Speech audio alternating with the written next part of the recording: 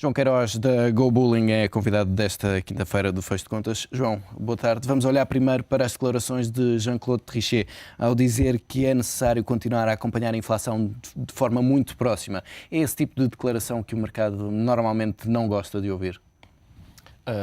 Depende do tipo de mercado.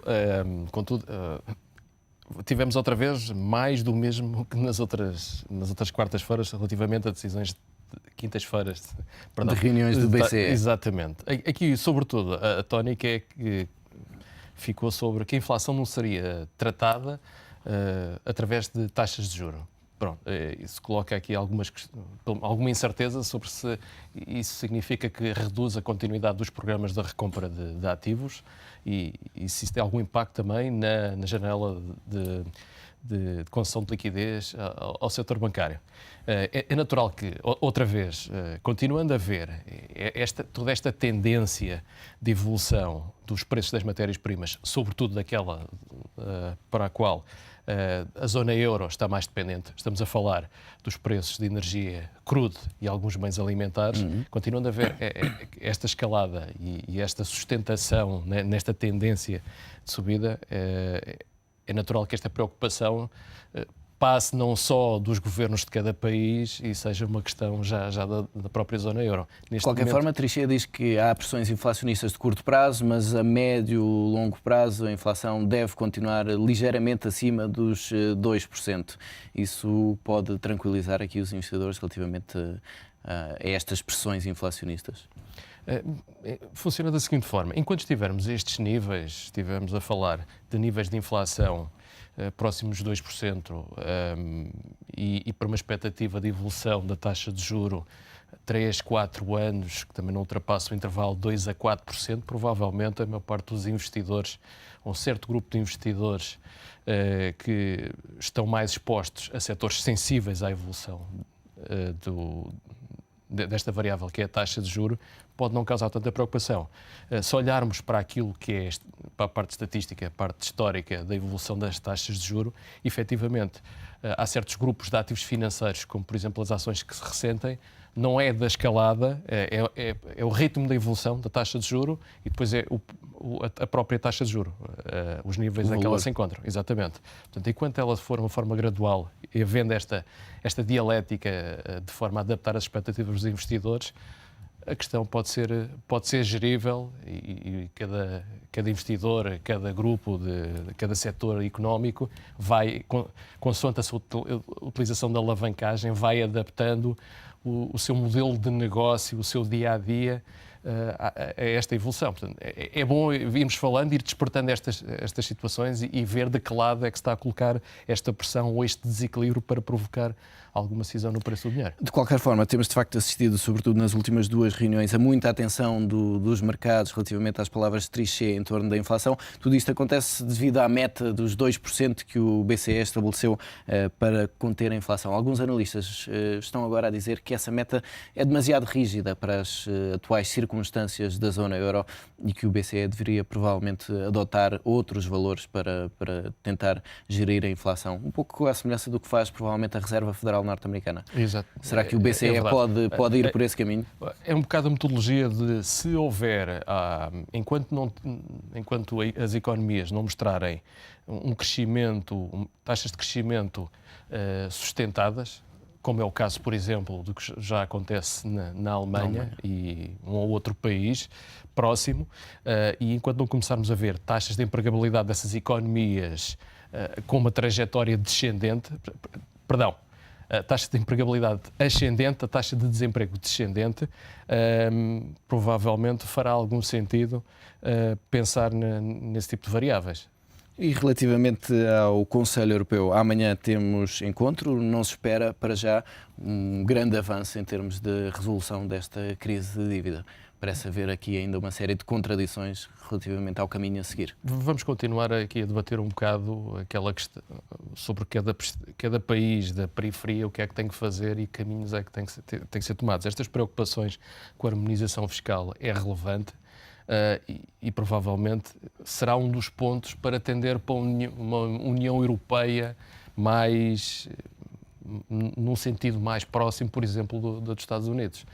Provavelmente, se calhar, esta questão da competitividade das taxas entre cada país pode praticar, provavelmente vai tendendo a reduzir. E não será por esse ponto, ou por essa perspectiva, que provavelmente se vai definir a competitividade económica e a competitividade das suas exportações. Provavelmente cada país agora tem que olhar mais para a parte, outra vez, para a parte da estrutura da sua economia, abandonar um bocado aquilo que os países, mercados emergentes, ou alguma da economia emergente faz, que é ir mais pelo lado do preço dos fatores de produção. Temos que fazer mais, aumentar a produtividade e o fator tecnológico. O modelo alemão a implementar-se para o resto da Europa. Mas este modelo de maior harmonização fiscal que a Alemanha propõe não é um modelo que eventualmente a Europa vai ter que seguir, mesmo que não seja a curto prazo, para até no futuro poder avançar com as Eurobonds? A tendência será essa. E isso terá outros impactos, não só na competitividade de cada país, a forma como estrutura ou gera os custos e a forma como utiliza parte do seu recurso. Provavelmente não faz sentido a prazo ter economias com absorção de 40% ou 50% da sua riqueza simplesmente só para o setor Estado. Provavelmente esse tipo de modelo deve estar ultrapassado, terá tendência a ser modificado e olhar para economias muito mais viradas para a iniciativa privada. Deve ser nessa perspectiva da competitividade. João, antes de passarmos para outro tema, ainda em relação a toda esta crise de dívida europeia, Portugal e também Espanha voltaram ao mercado esta semana com emissões com taxas mais baixas e na última semana o BCE nem sentiu necessidade de intervir no mercado. Pelo menos os valores que foram apresentados mostram que o BCE não esteve ativo. O que é que isto mostra? Que o mercado está confiante que nestas reuniões, seja esta, seja em março, haja aqui de facto algum passo significativo para resolver esta crise? Ou estamos apenas num momento de pausa dos investidores, nesta pressão no mercado? Será mais essa perspectiva, acalmar um bocado, depois do esforço que foi feito no início do ano. Toda a União Europeia estruturou-se para mostrar que desta vez tratará a questão de uma outra forma. O final do ano com a questão da Irlanda, depois a forma como começou-se a observar Portugal, a forma como Portugal ia colocar todo o esforço que houve para mostrar que há uma outra atenção e que há uma modificação face àquilo que observámos com a questão da Grécia, foi relevante e importante. Agora a questão da primavera, depois a entrada no segundo trimestre, vai ser o ponto relevante. Como é que, com esta ajuda toda, nós conseguimos, os países da periferia conseguiram ultrapassar a questão e como é que vão se adaptar, ou estão-se a adaptar a uma evolução do crescimento global? Recordamos aqui a questão do FMI que reviu em alta a perspectiva do crescimento mundial ou global e ver como é que estas economias mais problemáticas apresentam taxas de crescimento para os próximos meses, que permita alterar esta perspectiva da evolução das obrigações. Contudo, os países periféricos continuam a ter taxas que permanecem recentemente a valores demasiado elevados. Portanto, continua a haver aqui, por baixo ou dentro do espírito dos investidores ou dos aforradores desta componente de ativos financeiros, ainda algum receio. Um bocado adormecido, como tu dizes, é verdade. Mas vamos ver, esperemos que desapareça. Deixa-me só trazer aqui outro tema sobre o qual gostaria de ter a tua opinião. O barril de Brent voltou a bater um máximo de 28 meses, ultrapassou a barreira dos $103, isto muito devido à crise no Egito. Os analistas temem agora que a instabilidade na região leve ao encerramento do canal do Suez, um cenário que, a verificar-se, provocaria uma escalada imprevisível nos preços. O alarme voltou a soar nos mercados com os confrontos no Egito entre manifestantes pró e contra Mubarak. Consequência, o petróleo disparou em Londres para um máximo de mais de 2 anos. Em causa estão os receios de que a crise leve o Egito a encerrar o canal do Suez, por onde passam diariamente 1 milhão de barris que vêm do Golfo e seguem para o Mediterrâneo. Qualquer coisa como 4,5% do fornecimento mundial de petróleo. O responsável pela Agência Internacional de Energia afirma que os preços vão continuar a subir até que o mercado veja alguma solução. Já António Saraiva acredita que a crise pode catapultar o porto de Sines. Se estas alterações geográficas em termos do canal do Suez permitirem outras rotas pelo Cabo, etc., provavelmente Portugal como eu dizia, para mal de uns, bem de outros, provavelmente por esse facto Portugal vai ter aí acrescidas vantagens que anteriormente não tinha com a normal situação nesses países. O agora chamado Canal de Suez já foi denominado de Canal dos Faraós.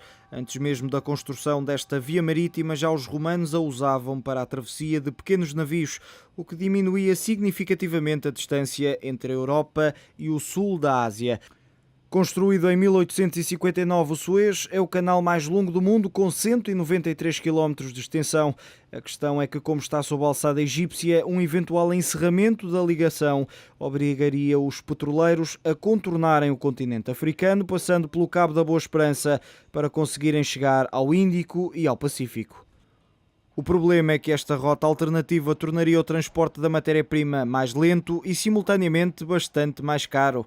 Para já, a hipótese de encerramento do Canal do Suez não passa disso mesmo, de um cenário hipotético, mas pode acontecer, até porque a altura é de mais tensões noutros países como a Jordânia, Iémen e Síria. Regressamos à conversa com João Queiroz, da Global. João, estas subidas do preço do Brent, podemos de facto justificar toda esta valorização com a tensão no Egito? Está a ter um impacto assim tão significativo no mercado petrolífero? Para já, numa primeira análise, diria que sim. Poderia ser o principal catalisador. Contudo, há aqui uma questão. A evolução do Brent tem sido mais sustentada que a evolução do NYMEX. Exatamente. Obrigado. Já há umas 2 ou 3 semanas anteriores, se o spread, o intervalo entre estes dois, o prémio que existia entre estes dois tipos de contratos, o máximo andava-se à volta dos 5,5, agora observamos um valor recorde de 12 dólares neste spread. E parece haver alguma rigidez no estreitamento deste spread.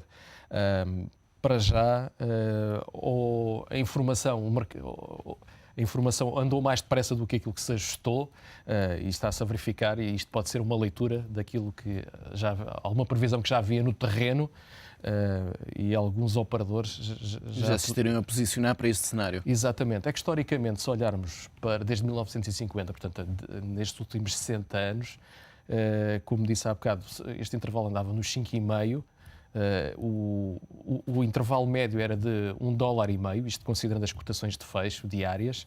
Portanto, isso me lembro, tradicionalmente o crudo, o NYMEX, até era mais elevado o preço do que o Brent. Mas... Depende um bocado da altura do ano e de alguns fenómenos atmosféricos. Há aqui algumas variáveis. Há alturas, por exemplo, quando entramos na driving season nos Estados Unidos, entre abril e setembro, há alguma tendência para o NYMEX estar acima do Brent. Portanto, eu diria, existe alguma probabilidade de ser este o facto que está, para já, a provocar maior pressão na subida do preço do crudo, e é interessante verificar que, quando o Brent tinha alguma capacidade para subir, o euro-dólar também seguia essa trajetória. Não é aquilo que estamos a verificar desta vez, o que provoca um impacto maior nas economias da zona euro, que fazem mais as contas relativamente ao Brexit. Já que o euro não está a acompanhar, a cobrir essa subida do preço. Exatamente, e é curioso ver que logo após as declarações do Sr. Trichet, o próprio euro teve aqui alguma descompressão, portanto o par euro-dólar veio dos 38 para quase os 36, e é curioso também ver o preço do Bund, portanto a taxa de...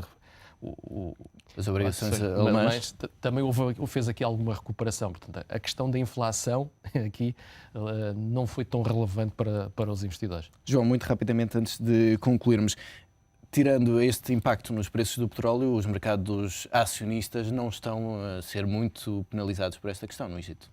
Não, para já o mercado acionista, aquilo à medida que vimos dizendo aqui alguns programas, o mercado acionista continua a olhar, a descontar já não aquele cenário de recuperação, já é mais um cenário de crescimento, e olhar para uma realidade que daqui a 6 meses poderemos estar com taxas de crescimento em muitas economias superior àquilo que temos atualmente. Portanto, para já parece ser, por inércia, o mercado para estar a apontar para esse ponto. Se não houver nenhum choque exógeno, alguma surpresa negativa, parece estar presente no espírito dos investidores.